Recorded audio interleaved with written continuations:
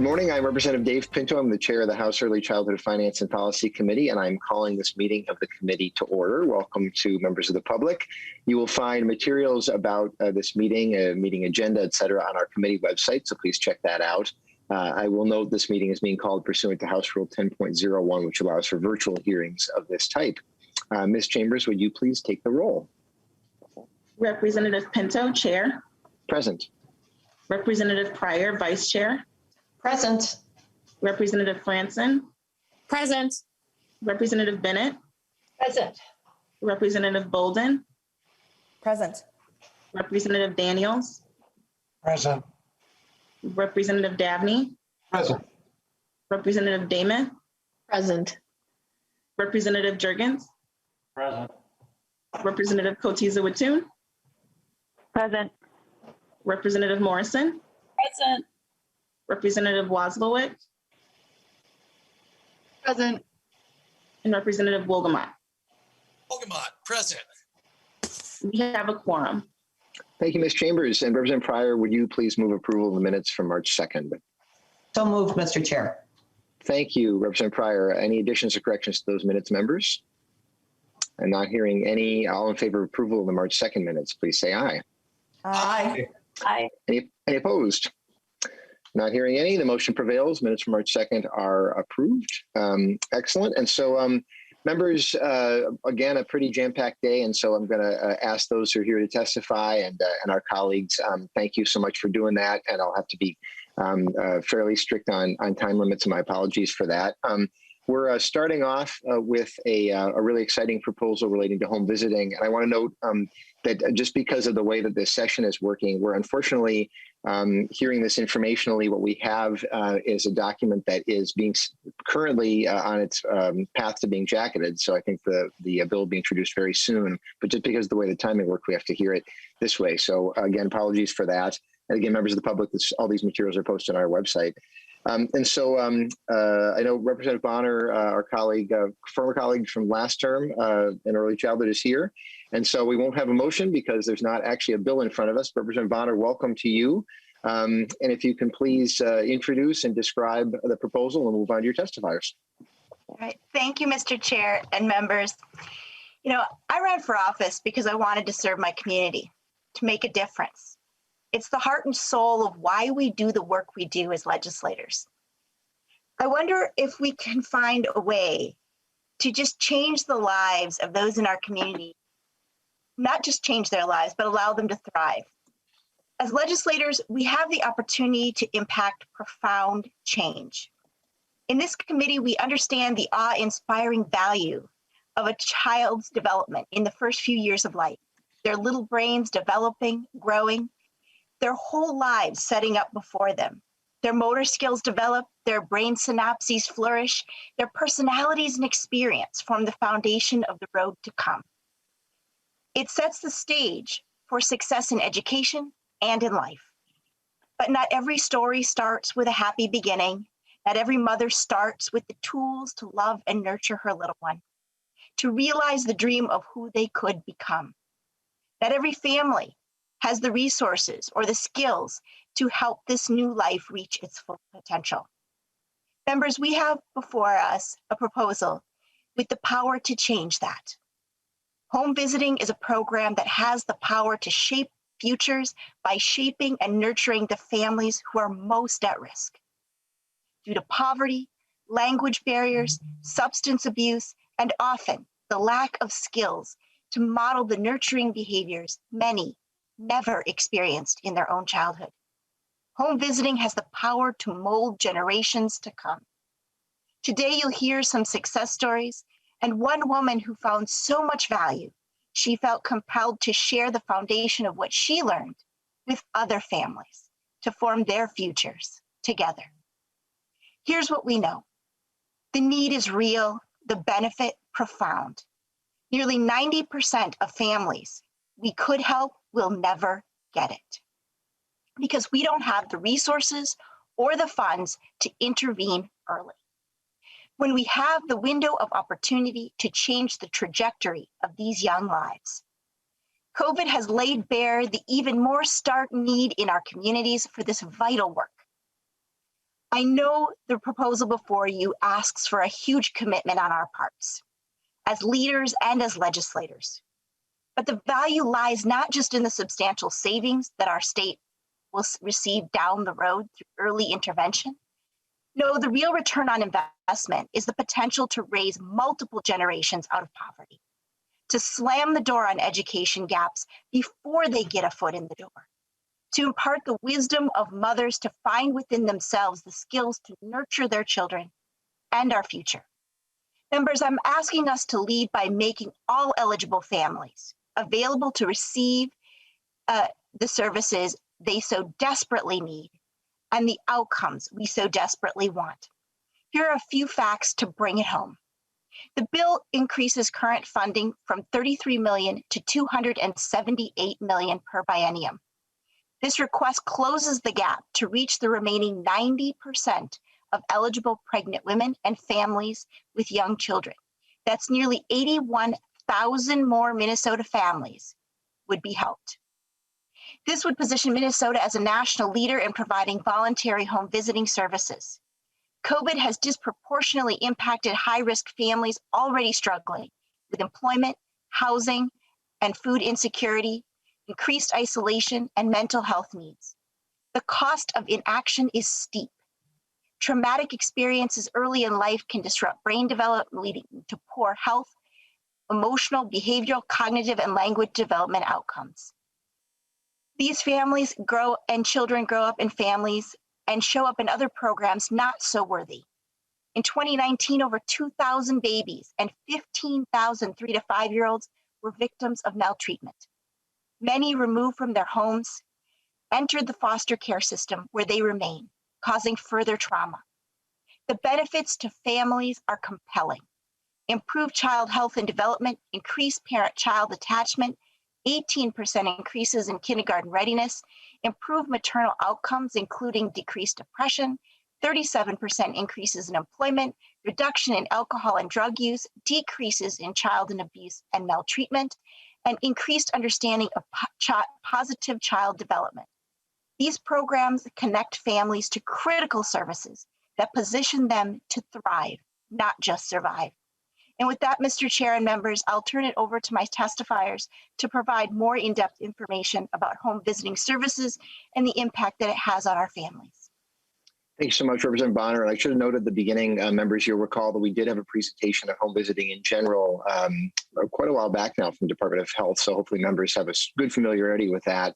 And now this is building on it. LaSharia McDonald, I think, is our first testifier. And if you can please, once you unmute, you can identify yourself and proceed. Get you.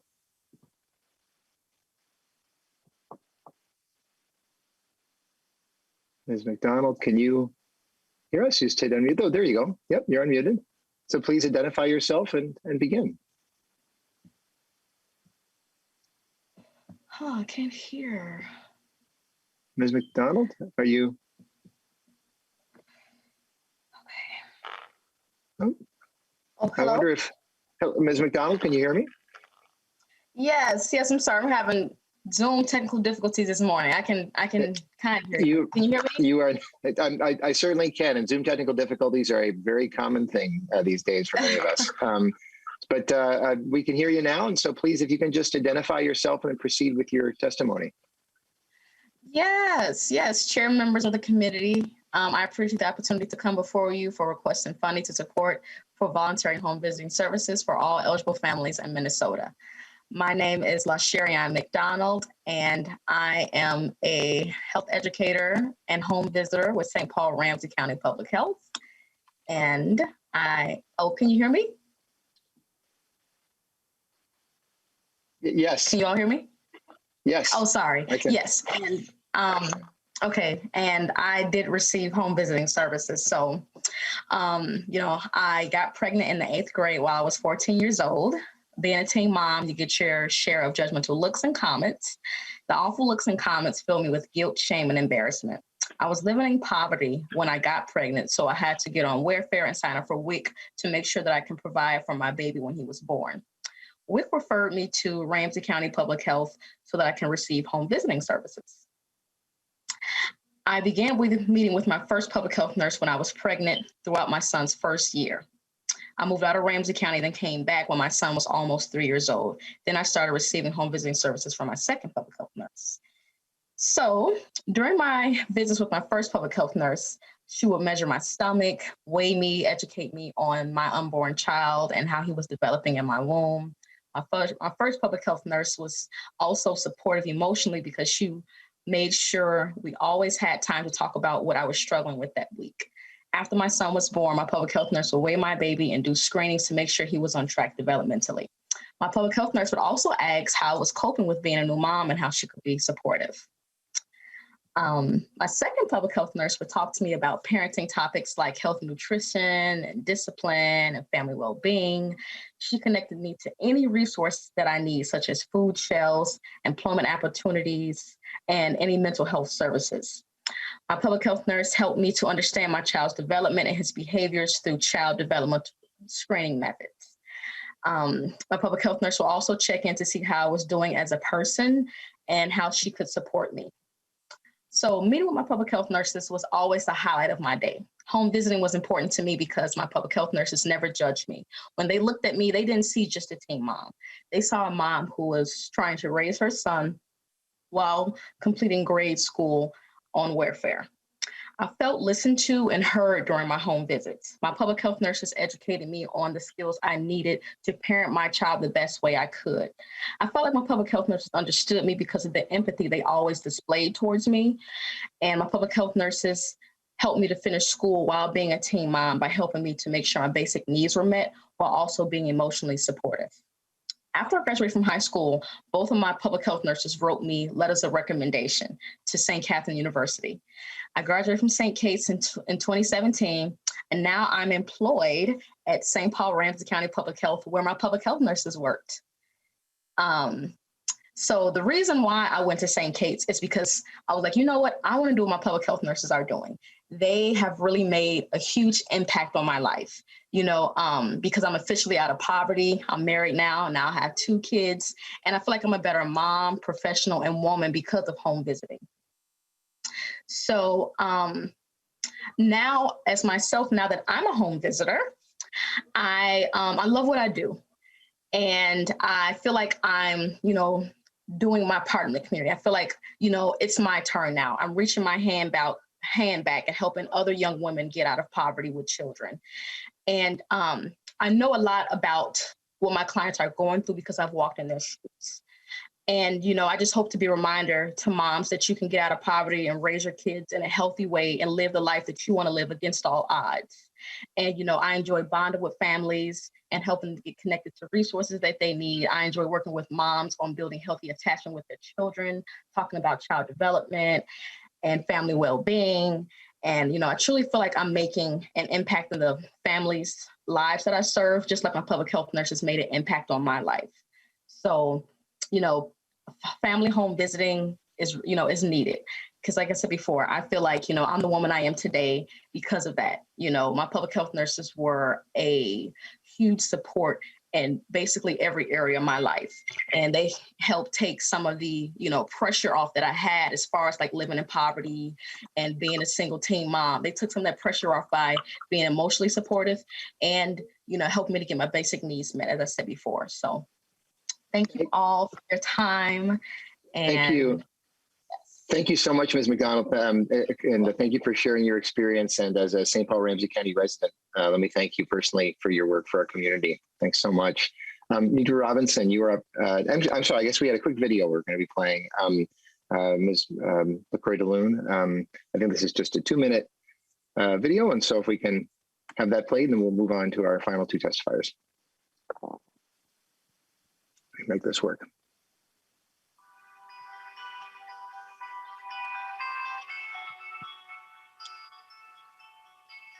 My name is Kyrea Cummings. I went to Agape Teen Pregnancy High School, and I met Sarah there. I was 16.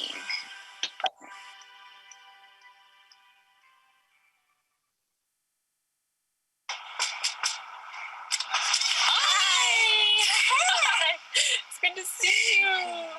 How's the eating going and getting any good fruits and vegetables in there? Yeah, she does really good. She does really good eating, and since she got like her own plates, her own little forks and things like that. Yeah, so she's fine. That's wonderful. Yeah. It's gotten easier. Like now when she's upset or when she's sick, it's easier to handle. She helped me with all the testing that I needed when I was pregnant, with getting to my doctor's appointments, diapers. Then there's like a breast milk resource because I breastfed. It was like resources for everything that I needed. It was like she had it. It was really remarkable to start working with her and to see her in school and to see her progress in her pregnancy. Just seeing her journey through that and to grow in confidence then as a parent and to also, figure out childcare and to continue with her school, even though that can be hard with a young one at home. But she did it. It's really been remarkable. She's an incredible young woman and has really accomplished so much over these last few years. After that, it was like she kind of put me in the way, so I got the hang of it. And then after I got the hang of it, I could do it on my own. So it was like, oh, I know how this goes. I got this now.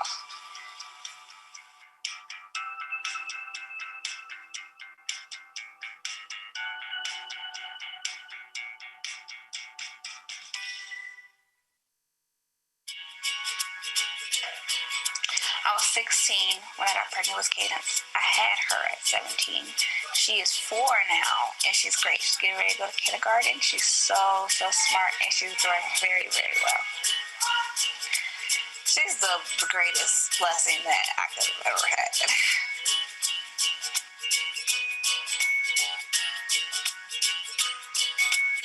If we can end the, thank you. So thank you so much, Mr. Robinson. You are up, and if you can identify yourself and proceed. Yes. Good morning, everyone. Good morning, Chair and members of the committee. For the record, my name is Nidra Robinson, and I'm the Early Childhood Program Manager at Simpson Housing Services. Simpson Housing Services is a nonprofit providing assistance to people experiencing homelessness. Our programs include an emergency shelter, single adult supportive housing, and family supportive housing, and we strive to find affordable housing for all families. In 2019, we worked with 271 families and 593 children. Unfortunately, there are more children experiencing homelessness than adults in Minnesota. At Simpson Housing, early childhood specialists go into the home and provide services centered around the health and well-being of the child, as well as parent education and parenting support. Many of the parents that we work with have come from foster homes, may not have completed high school, and may have a life history of homelessness and poverty. They might not have had a healthy parent role model, or they might not understand what children need for healthy development. One of the ways that we hope to interrupt the generational cycle of homelessness is by partnering with parents to support children's success and stability and well-being through the home visiting model. Using this model, we're able to provide parent education and assist parents in establishing healthy and safe environments to ensure their children are ready for kindergarten. We have learned when parents know better, they do better. Ultimately, we want to increase access to these voluntary services to families that are interested and increase family home visiting resources. Thank you. Thank you so much, Ms. Robinson, for your testimony and for your work. Joel of Flatten, you're our last testifier in this, if you could identify yourself. Okay, please, Good morning, Chair and members of the committee. For the record, my name is Joel Flatten. I'm the Executive Director for Supporting Hands Nurse Family Partnership, which is a 20-county collaborative offering the Nurse Family Partnership home visiting program to first-time pregnant mothers and their families.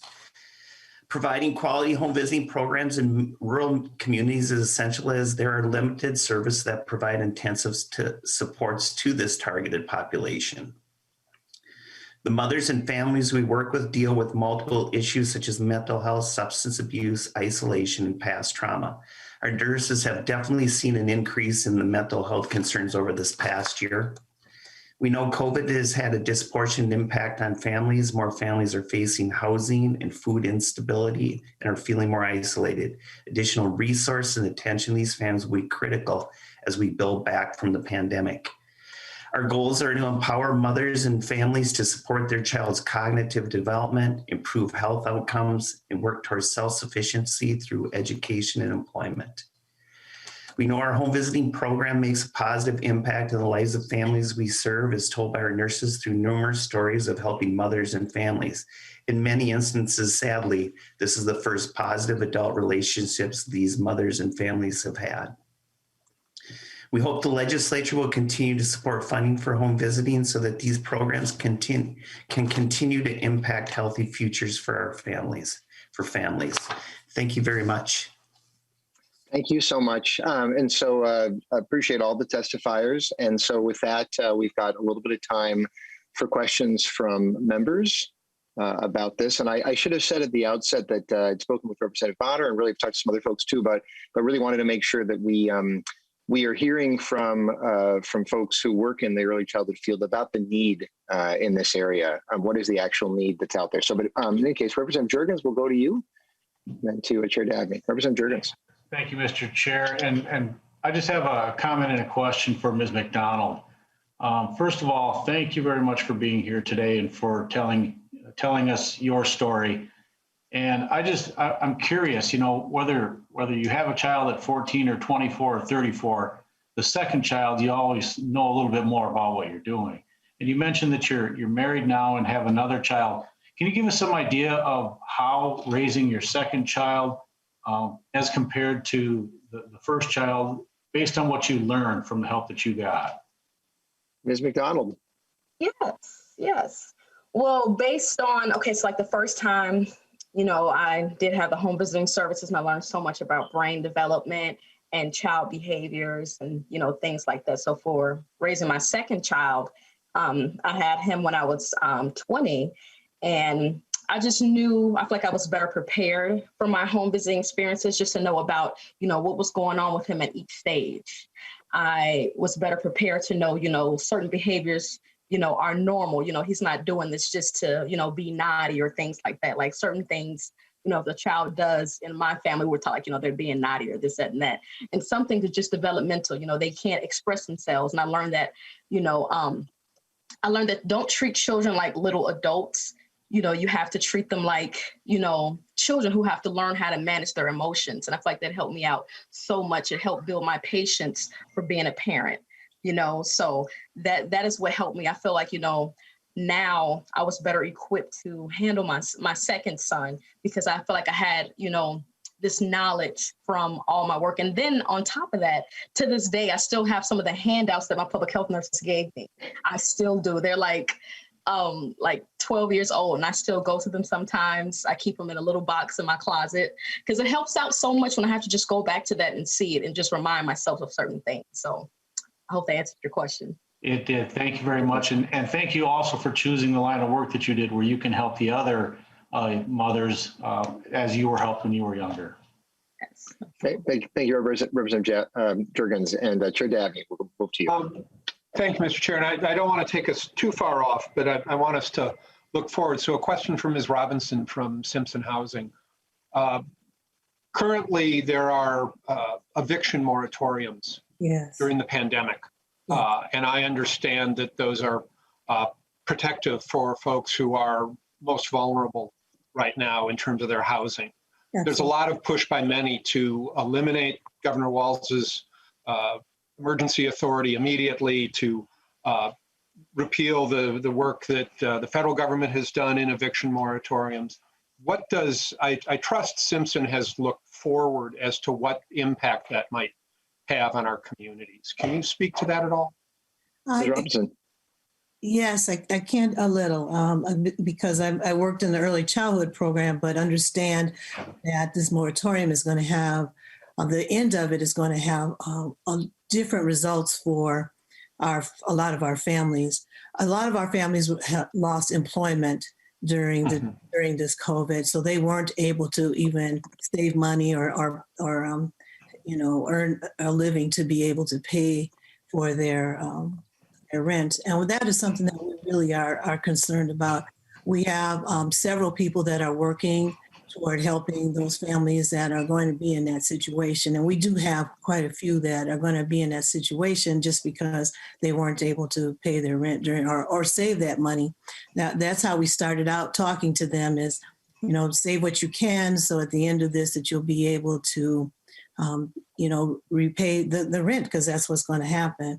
We also are looking at this side of the landlords too, because they're the ones that are providing housing for us, and they are in trouble too because they weren't able to collect rents for our families. But we do have people in the organization that are working toward that.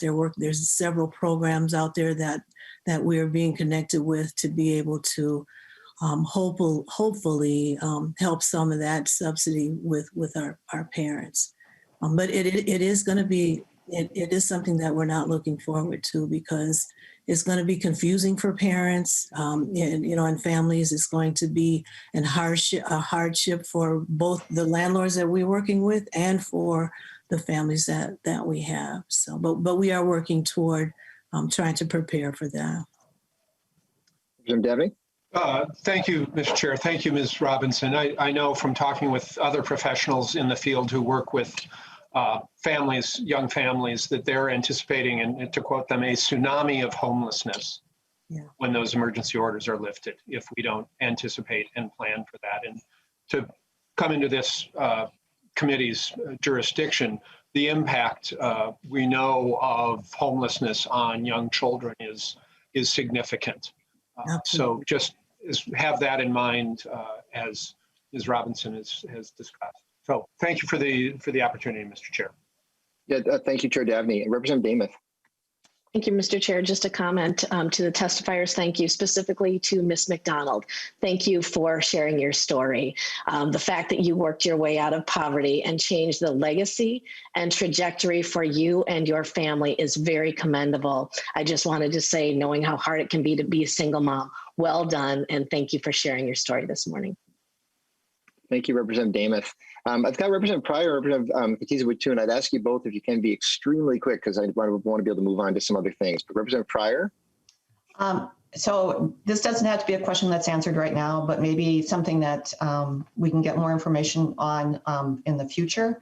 But what I'm interested in is I know what's hard, especially when we're talking about the prenatal, how you can connect with these mothers-to-be to make sure that they're getting the full benefit of all the services. So I understand that actually has been kind of a barrier to, really rolling this program out in a way that is really would benefit so many more people. So, just as more data in the future, how we can make sure that we're connecting with more future parents, future mothers. Thank you. Thank you. Maybe this is something we can just have Ms. LaCroix DeLune and others get back to us on then, if that's okay. And then Representative Katiza-Witt, you'll have the final question or comment. Yes, thank you, Mr. Chair. Just a very quick comment. I think that these home visiting programs are so important. And over the summer when I had my baby, I just received one in-home visit from a nurse postpartum to check on the baby, check on me. And I think that, those first few weeks after you have a baby, you're not really able to move around very well. And I think that, having these programs where somebody's coming to your home, where you have somebody's number to text them, to call them with questions, I think that can be so impactful. And obviously I can't speak to the entire curriculum that these services cover, but I just think that being able to build that relationship, that consistent relationship with somebody and know that they're going to come to you, that you don't have to just try to figure out how to get out the door some days is the hardest part of that postpartum period. So I appreciate all the work and I'm happy to support this. Thank you. Thank you so much.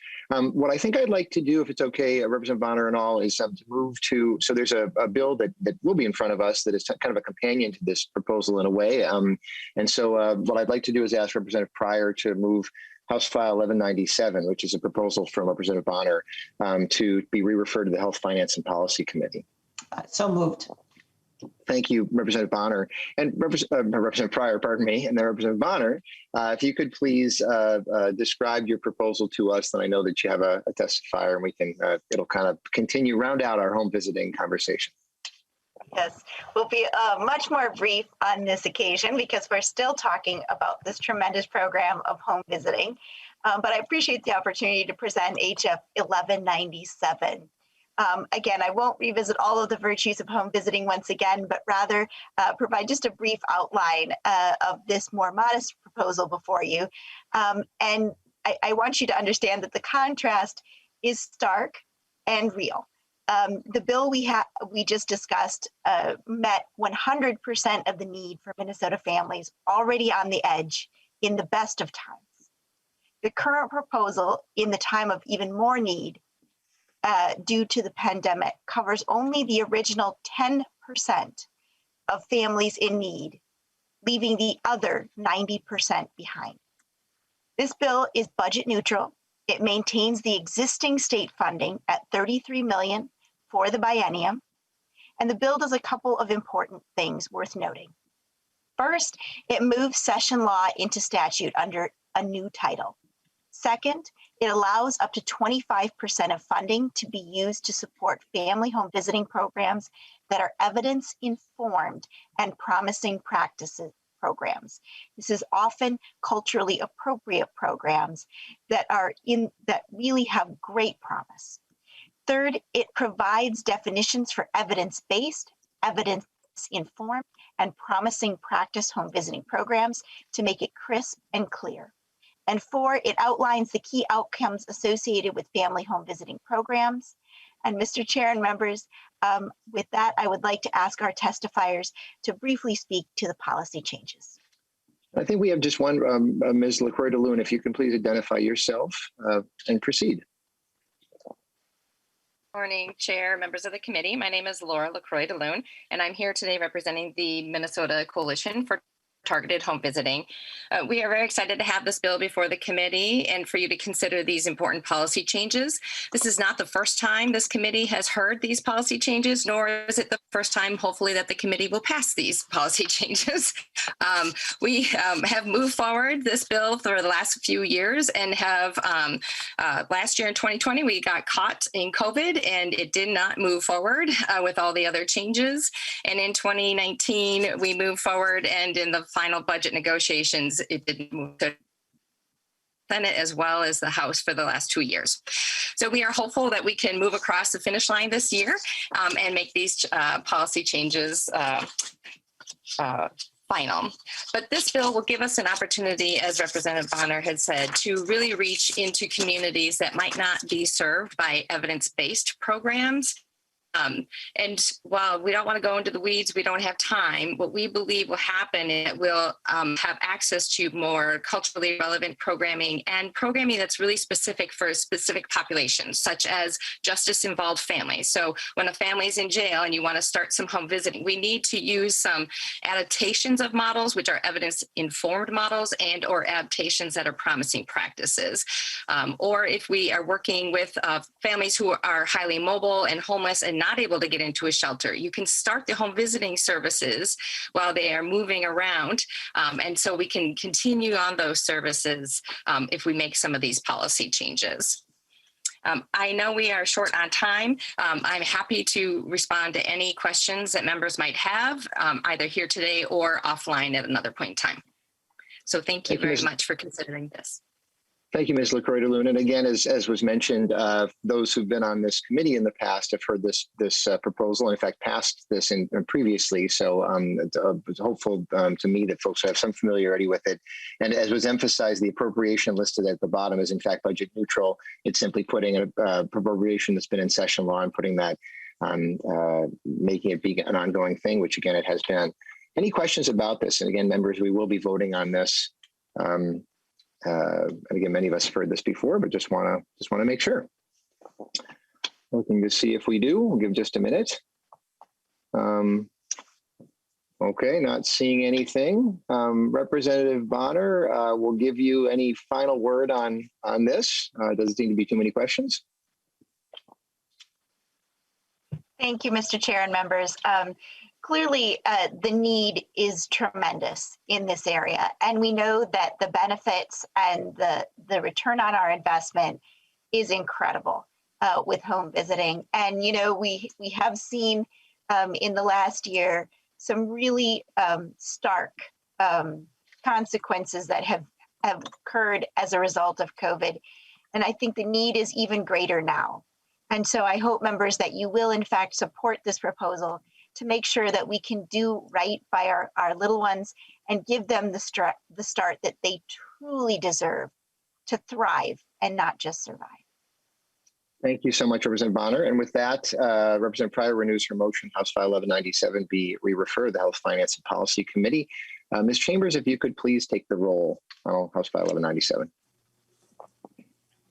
Representative Pinto, Chair. Aye. Representative Pryor, Vice Chair. Aye. Representative Franson. No. Representative Bennett. Aye. Representative Bolden. Aye. Representative Daniels. No. Representative Dabney. Aye. Representative Damon. Aye. Representative Jurgens. Aye. Representative Kotiza Watoon. Aye. Representative Morrison. Aye. Representative Wazlawik. Aye.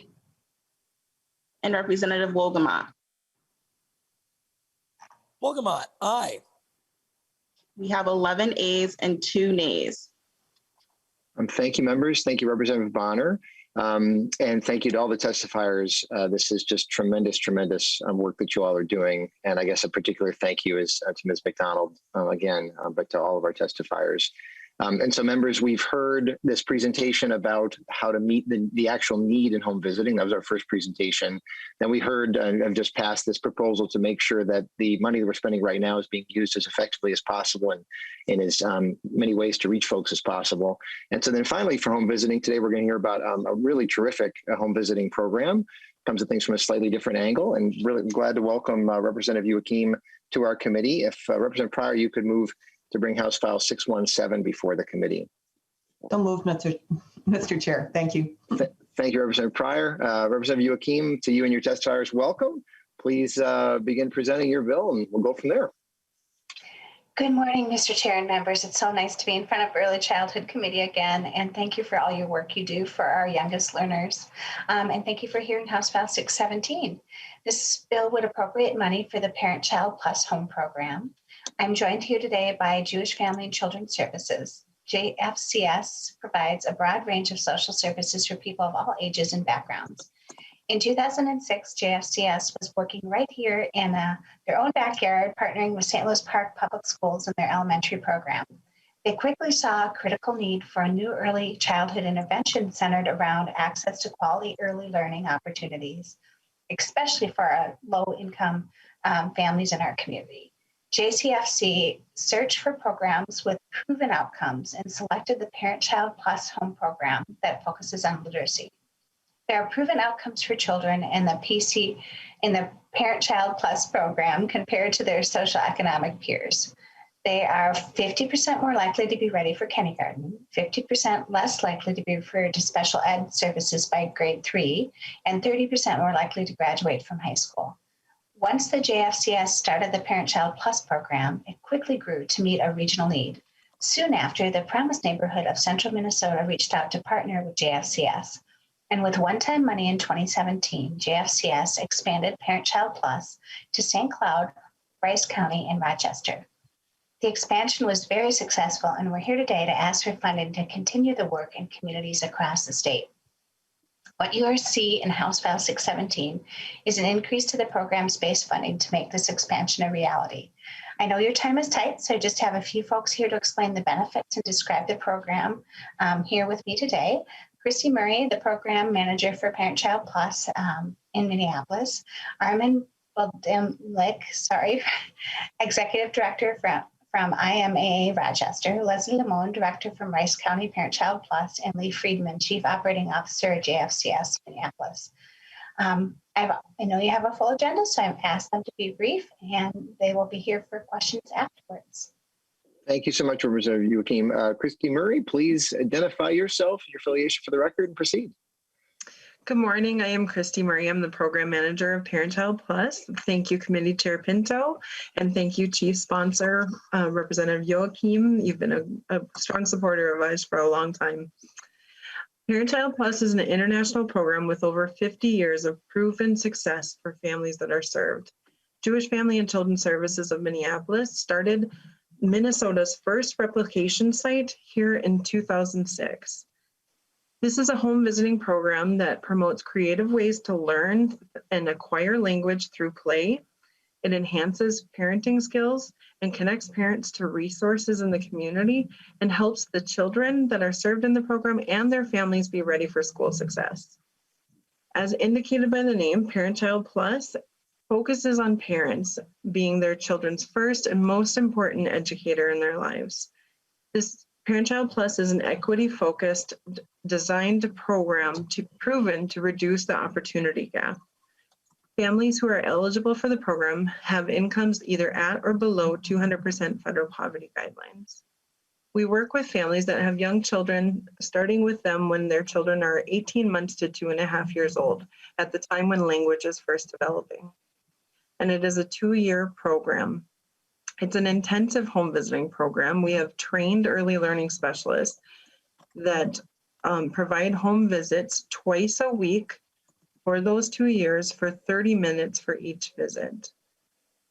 Staff are able to provide both the home visits and all written materials in the languages of the families, in English, Somali, and Spanish.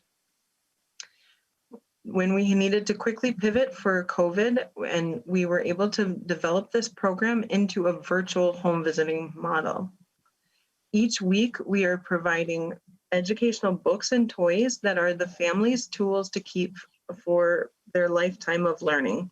And I brought a couple of examples. I've got some examples on the shelves behind me, and I've got many more. My kids were really excited to see all of these coming home. But you can see we have high quality interactive toys that work on all the different skills that you would need to be able to help your kids get to school. And as I mentioned, we are able to provide our books. This is probably a favorite of many of yours, The Hungry Caterpillar. And we're also able to provide our books in Spanish as well too. And this program, as mentioned, we have been serving the Twin Cities metro area since we started in 2006. And then with the funding we got from the Minnesota Department of Education, we were able to expand to Cass County. And then more recently, we were able to expand to St. Cloud, Rochester, and Rice County. This year, even during a pandemic, we know that families still need this program, and we were able to serve 347 children. 223 of them were here in the Twin Cities metro area, and our newest partners, many of them grew their programs during a global pandemic, and they are able to serve 124 children this year. 94% of the families that we are working with are people of color or from Indigenous communities. And specifically, as I mentioned, we are able to provide these services with staff that speak Somali and Spanish as well too, because 42% of our families that we are working with identify as Somali, and 27 of them identify as Latinx. And we're very excited to be able to be before this committee and share the great work of this program. And I'll turn it over to the other testifiers. Thank you. Thank you so much. And we'll have our next testifier from Rochester. Please identify yourself and proceed. Thank you, Mr. Chairman. My name is Armin Budimlich, and I'm Executive Director for the Intercultural Mutual Assistance Association. We are a premier service provider for refugees and immigrants in southeastern Minnesota. Being a first-generation refugee from Bosnia and Herzegovina and a father of 2 children, what I appreciate about ParentChild program is the following 3 things. First, it is a voluntary program, meaning parents have the ultimate choice of participating. Second, it's an evidence-based program, and it has proven track record of success. And third, this is not an expense on a financial statement, rather it is an investment in the future of our families. Like all of the other locations across the state of Minnesota, our parent-child program is integrated with other IMA services, providing whole family approach. Last year, IMA was able to serve 15 families. This year, we are serving 25 families.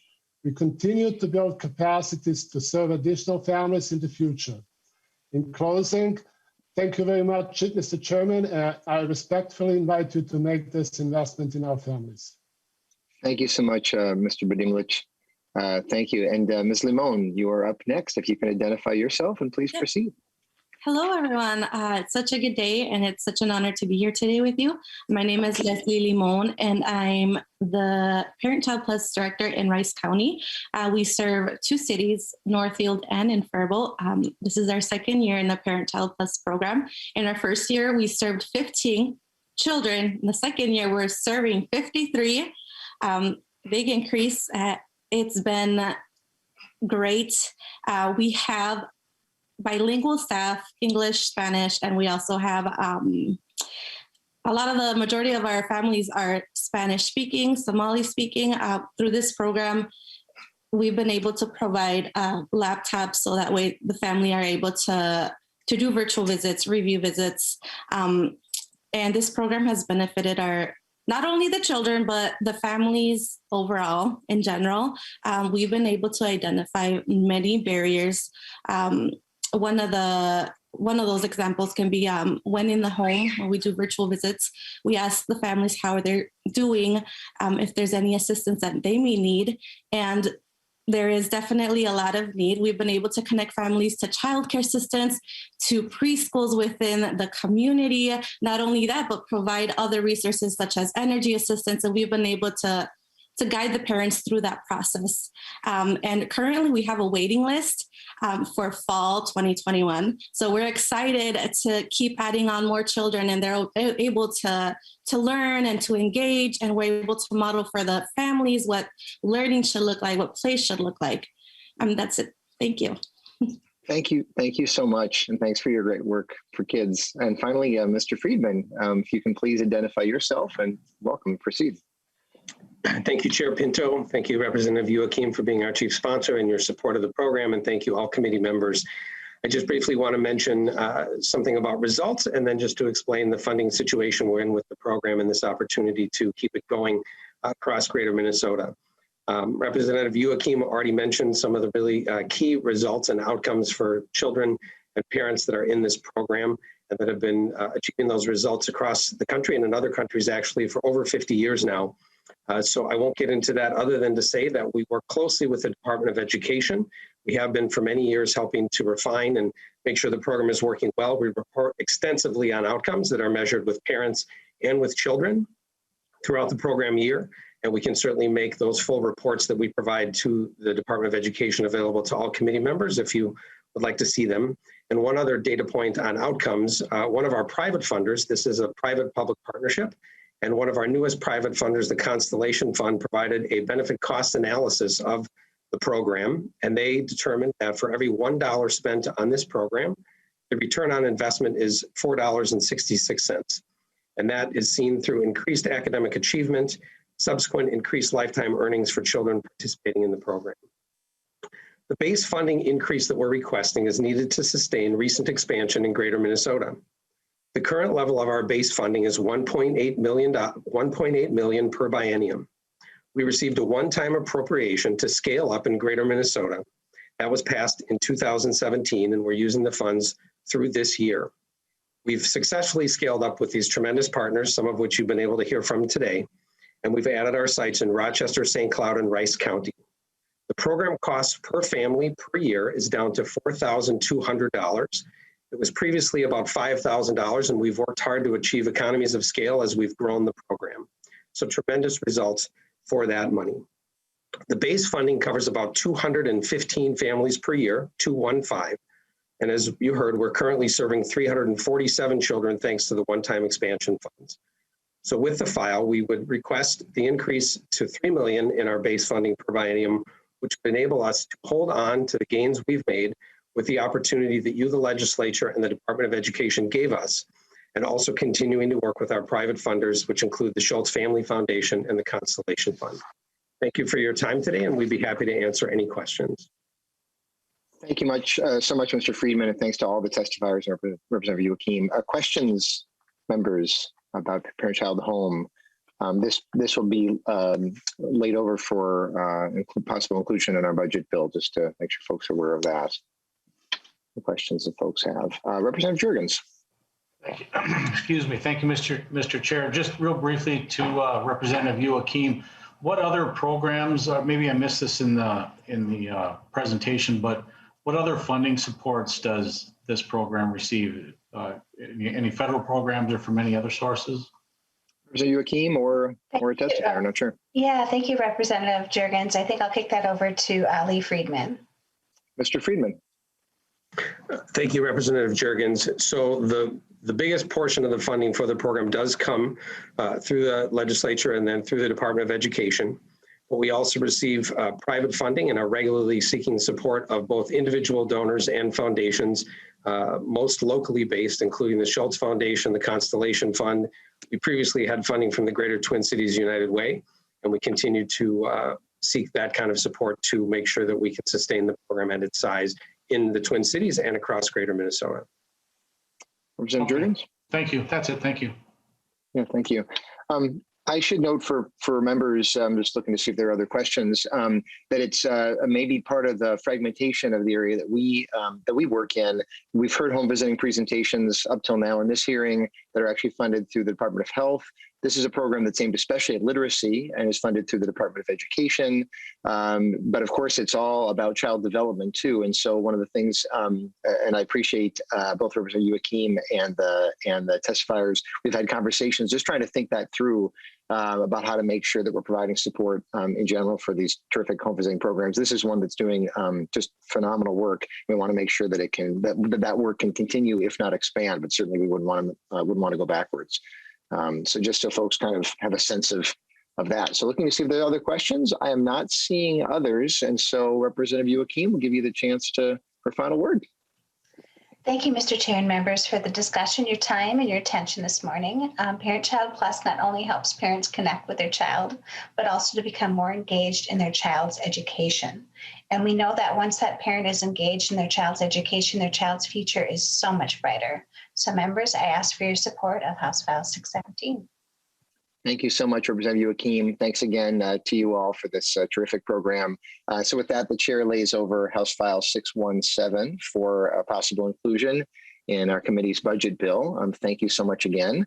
And with that, Representative Pryor, you are up with the bill, House File 1466. Would you like to move that be recommended for placement on the general register? Yes, Mr. Chair. I would like to move House File 1466 be placed on the general register. And then you have an author's amendment, Representative Pryor, is that correct? I do. It's, again, just a technical cleaning up the bill a little bit in the language and making it all work. Okay, and so Representative Pryor, you would like to move the A2 author's amendment? Yes, Mr. Chair. Okay, and any questions about that? It's, as Representative Pryor said, it's technical, putting the bill in the form she wishes. Not seeing any. All in favor of approval of the A2 author's amendment, please say aye. Aye. Any opposed? Okay, so the motion prevails. Amendment is adopted. The bill is in the form that you wish. Representative Pryor, if you can describe the bill to us, and then I think you've got one testifier. I do. Thank you, Mr. Chair. So I'll just try to briefly put the context for this. This bill is needed because it removes confusion about how 119B matches up with other laws, and these changes are technical in nature. There is one policy provision that could impact a few certified centers going forward, but does result in treating them the same as other provider types and was agreed on by multiple stakeholders. I do have a testifier, Lori Poseen from the department, will explain more. Okay, good. Thank you. Yeah, Ms. Poseen, you can identify yourself and proceed. And maybe just to confirm, then this is a proposal from the department, as was described by Representative Pryor. But yeah, please, Ms. Poseen. Good morning. I am Lori Poseen. I'm the manager of the Child Care Assistance Program at the Department of Human Services. Thank you for taking up this bill this morning. And yes, it is the governor's proposal, a policy proposal that is primarily cleanup in nature. So Representative Pryor, thank you. And members of the committee, I'll just walk through section by section, kind of the highlights and the intent. And then I'll stop to see if there are questions. So section 1 of the bill is clarification language. It just clarifying that there is no threshold to collect, minimum threshold to collect fraud payments. So there's a lot of striking and new words in there, but the net result of that is that any fraud overpayment is an overpayment regardless of the amount. Secondly, the changes clarify the department's authority to collect overpayments the way that counties and tribes do. The department right now only collects provider overpayments, and this already matches existing laws. Some of the issues are that there's cross-matching with 245E, for example, and another area of 119B. So this solves any confusion. And then under 245E, which is sort of what the amendment was about, the amendment was to clarify that if the department were ever to pursue a family overpayment, which we, in the 15 years I've been around, have not done, it would only be when there's an investigation that's come underway from DHS. In other words, the business of family overpayment stays with counties almost always and still will. Okay, section 2 is a cleanup. Since 2016, we have not been doing provisional payments, which were allowed under previous state law. The federal law said we can't pay providers till they've cleared a background study. A few counties used to do that. They don't anymore. This just codifies that. So section 2 works in combination with section 5. Section 3 is specifying that that when a provider has a conditional license, that the department will not, or a county will not, take an action. This was old language. I think it was written in 2011. We met with stakeholders and really decided, you know, conditional licenses are meant to support providers returning to compliance, and it's not a good idea to stop them from getting reimbursed while they're working on their conditions of their license. So, again, nobody has been doing this for, actually, I don't think it ever got used. The policy change is that certified centers have a different section of statute to become a certified center. What we were missing was the element of turning off a payment if a certified center is operating under a suspended or revoked license. CCAP has the authority to stop paying when providers go into that status, and we want certified centers to be treated the same way. Then the language about payments stop when there's a fraud investigation and when fraud has been established. We just hold payments, we stop payments while there are, for instance, an action taken and a possible appeal. This is just clarifying that payments do stop, and it's not that the funds are moving, they're just stopping, and they are held over so that a family can, the family doesn't lose their funding, just that provider, which might be, and it might be reversed if like a due process action is upheld or reversed. Reverses a decision. Sorry. So section 4, just a clarification again with a different section of law about how absent days and holiday billings do result in, if they're done incorrectly, they do result in overpayments. And again, that's in another section of 119B. So it's just making it consistent. And then section 5 has to do with a provisional payment, the interaction between those two pieces, clarifying there's no more provisional payments. Oh, I'm sorry. I am sorry. I reversed it. The first thing in section 5 is that there's a repealer because we had another part of 119B that is a better statement about federal authority. It's just a cleanup because it would cause confusion over which part do you use when you cite federal authority. So 119B06 is the better statement. And then the provisional payment is that last piece. So with that, I'll just stop and see if there are questions. Okay, and again, members, we will be voting on this to send it to the floor. Look to see if there are questions from members about it. Representative Daniels. Thank you, Chair, and thank you, Ms. Poison, for your testimony here. I'm just a little confused.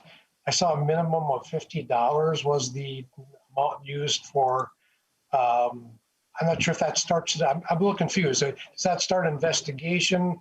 Does that stop the payment process? Where did that $50 amount come from? It seems kind of low if you're going to start an investigation or do a clawback. It just seemed to me pretty low figure. So could you explain that so I understand it? No. Proceed. Thank you for the question, Representative and members. The $50 language was in law previously. It just meant that when it wasn't fraud, a county could choose not to pursue a $50 over, like a $40 overpayment, but it couldn't be fraud. This is just clarification language that there is no minimum for fraud. So it really has nothing to do with investigations or any other action. It's just the county, when the county sets up the overpayment, they were allowed to kind of dismiss something less than $50 when it was not fraud. And this is just clarifying that can't apply to a fraud situation. Representative Daniels, is that helpful to you? Just a quick comment. I think I understand it now. I appreciate your response.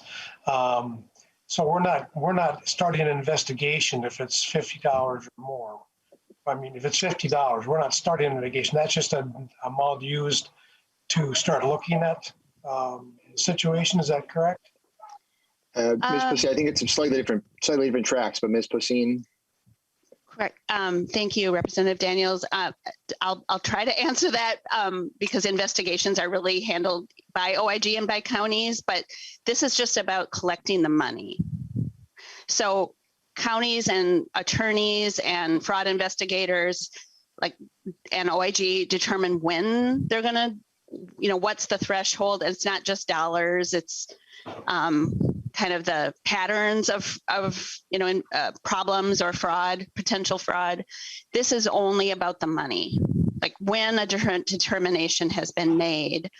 Like if a policy was violated, but it wasn't fraud, I'll just use the example. If there was one absent day and it was $20 on that day, we might collect it, but we would not, that might not be fraud if it was one day out of 100. But once there's a pattern and then it becomes bigger, the pursuit of the overpayment just goes to this section of statute to determine if it's going to be collected. $50, the threshold if it's not fraud, but if it's fraud, it has 0 and up. Every dollar needs to be attempted to be collected. Representative Daniels, are you? I'm fine, Chair. Thank you very much. Okay. No problem. I'll just note, because I hadn't looked at this very much, Representative Daniels, your question was helpful.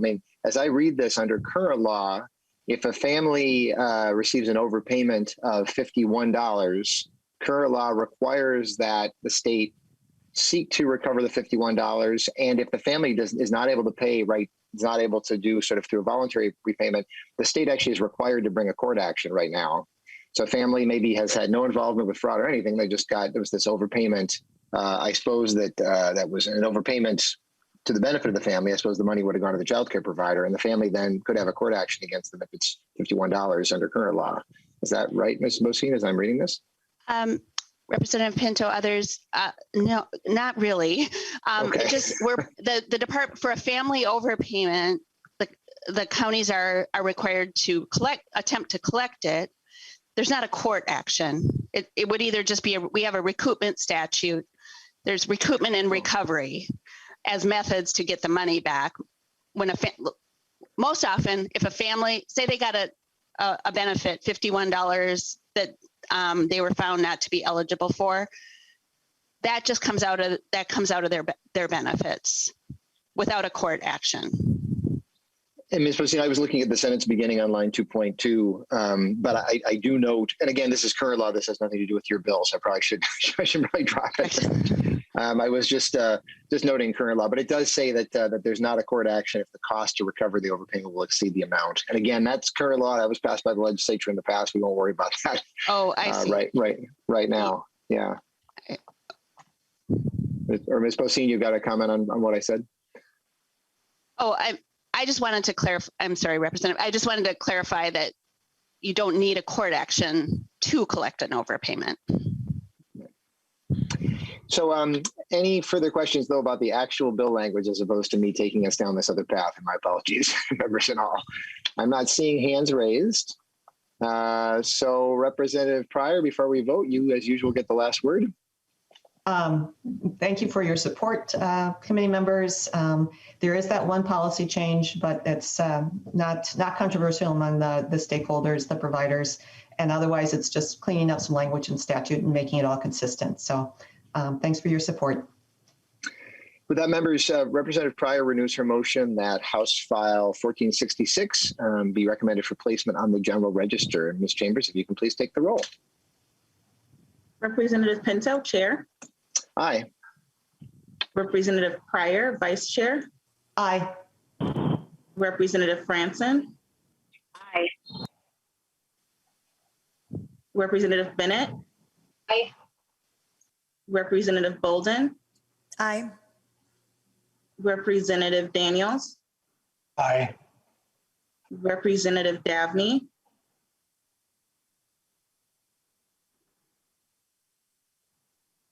Representative Davnie. Representative Dameth. Aye. Representative Jurgens. Jurgens, aye. Representative Kotiza Watoon. Aye. Representative Morrison. Aye. Representative Wazlawik. Aye. Representative Wolgamott. Wolgamott, aye. Representative Davnie. There's 12 ayes and 1 abstain. Thank you, members. With that, the motion prevails. House File 1466 is recommended for placement on the General Register. Thank you, Representative Pryor. And then to our final bill today, House File 1036. Representative Wazlawik, would you like to move that bill to place it before the committee? Thank you, Mr. Chair. Yes, I will move House File 1036 to be in front of the committee. Thank you. And with that, please present your bill and then we'll move to your testifier. Thank you, Mr. Chair. Mr. Chair and members, as some of you may know, Representative Dameth and I served on the Family Child Care Task Force and helped put together recommendations to make the family child care system in Minnesota more welcoming and efficient for providers and in turn for families that rely on them. One of the task force's key recommendations was to modernize the family child care licensing system and create a new risk-based system in our state. I'm carrying a bill to do that, and this bill mirrors that effort, but for child care centers as opposed to family child care. While some things in the child care world are specific to family child care centers, family child care or centers, the need for updated regulations is not one of those things. These regulations are 3 decades old, and it's time to update them in a more comprehensive manner.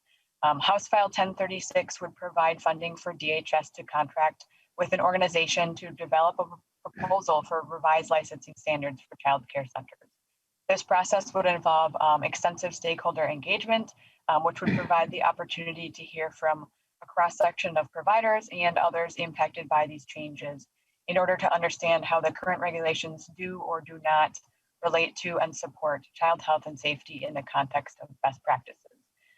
It is my hope that both the Family Child Care and the Child Care Center regulation modernization bills move forward this session, so that we'd be able to sort of run concurrent processes for both those fields, noting there might be good synergy and potential cost savings from doing both simultaneously.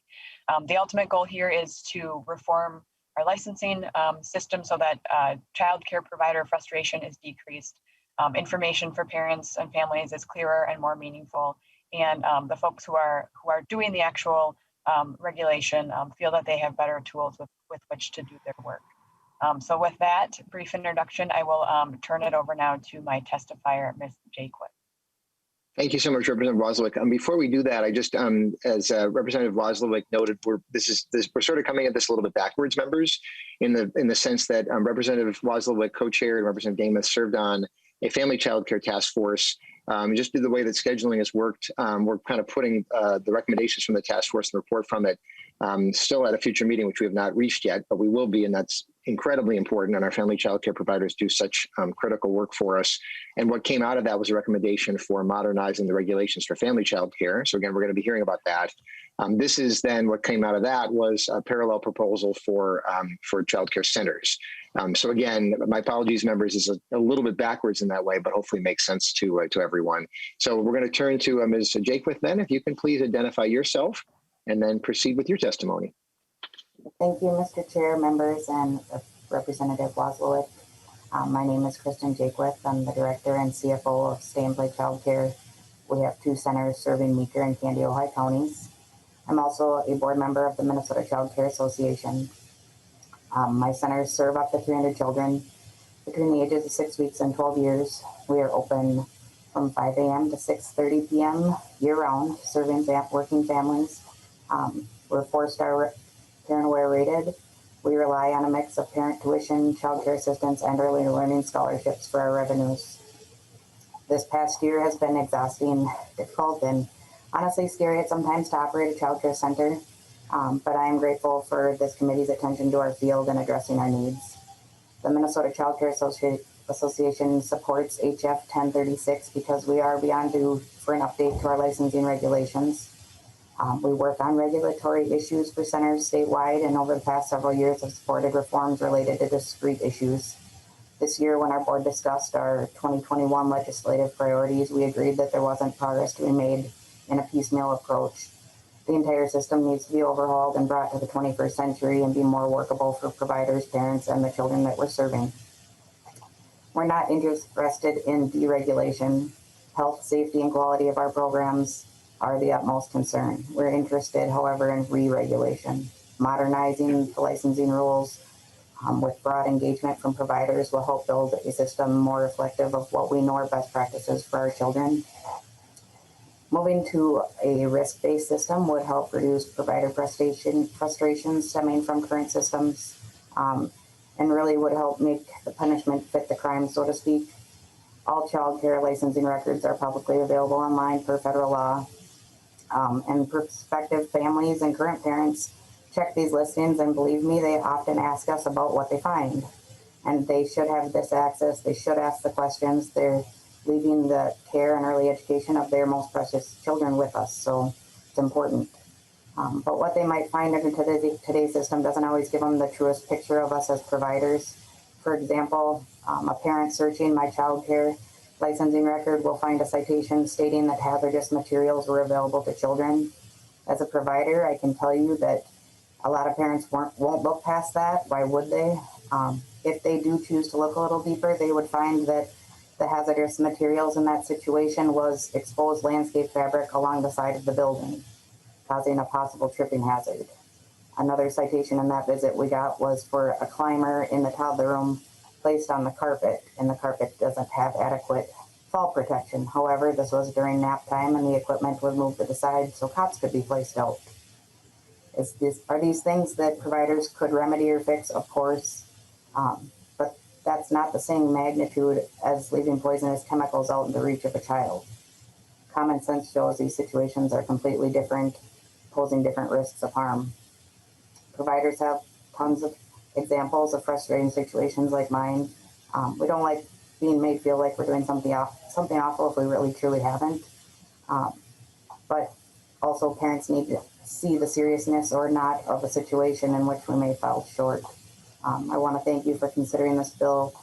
Please don't lose sight that while the current regulatory structure is frustrating, it causes nowhere near the stress of the financial difficulties that providers are facing right now. The child care regulatory system is not the only piece of child care needing an overhaul. Thank you for inviting me here today. Thank you so much, Ms. Jakewith. Thanks for your testimony and for your just really important work for young Minnesotans. We appreciate it. I know that, so I believe that that's the only testifier, this bill is going to be, the plan is to lay it over for possible inclusion. But questions, members, on House File 1036? And all I'm looking to see, I'm going to ask a question, Representative Wazlawik, that I just was trying to figure out about the cost. Because I noticed that there is a blank appropriation at the end. I imagine you could have done it without that, and then it would have just been fiscal noted. But maybe if Mr. Berg would be able to help us with this, so you can tell me. But what is your thinking about kind of what the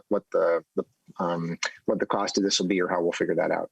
So I believe a fiscal note was requested, but it hasn't come back yet. I got the email alert for that the other day, I think yesterday. So that is in the works. I can say that we have in the family child care bill that's pretty much the same as this, with a few tweaks to make it for family child care. The cost is $1.5 million.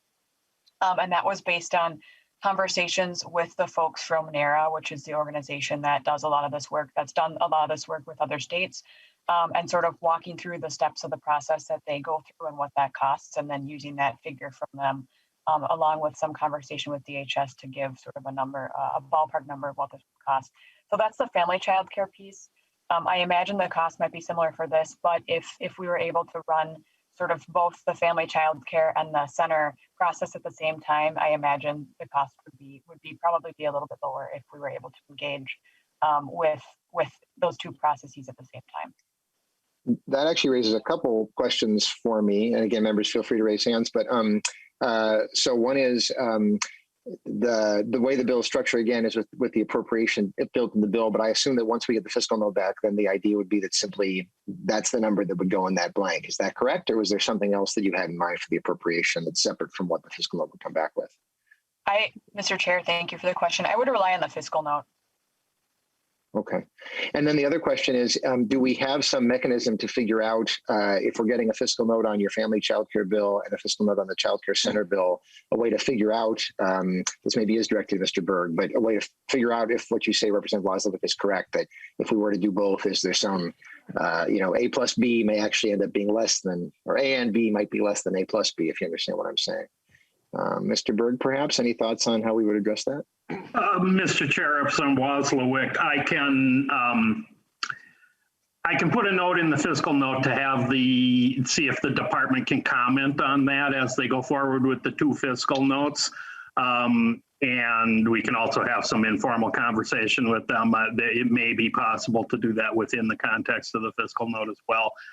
The only other thing I would note is on this one, with a blank in here, and also on the other one that has the cost in it, it allows the department to comment on their view of what the cost will be, plus it will identify the cost of administering the process as well, which will be some.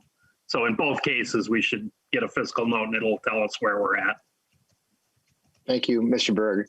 And then just one other question from me, which is, do we have a sense from anybody, Representative Wazlawik or anyone else, how my recollection is the family child care regulations date back to the 1980s, maybe the early 1980s, and a lot has changed since then. I don't know if that's similar with center-based regulations we're talking about in this bill, but I think they're quite, it's multiple decades old. Representative Wazlawik, I don't know if you're aware of that, or perhaps Ms. Sanford, I think may be on, but Yeah, Mr. Chair. I don't know if they're exactly the same time period, but the child care, the center regulations are also several decades old, and have sort of been updated piecemeal, bit by bit, sort of similar to the family child care regulations. And so this is an attempt to try and actually make more of a comprehensive change instead of being little bits of pieces here and there.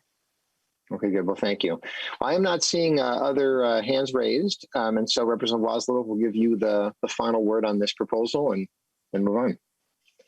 Thank you, Mr. Chair, and thank you, members, for hearing this bill today. And just want to sort of reiterate what we heard from our testifier today about the frustration that providers are feeling, having to sort of work through a system that hasn't had comprehensive updates in quite some time. So looking forward to continued discussion, and hopefully we can move this and the family childcare piece forward and get some really good, make some really good progress on this regulation piece for our providers and our families. Thank you.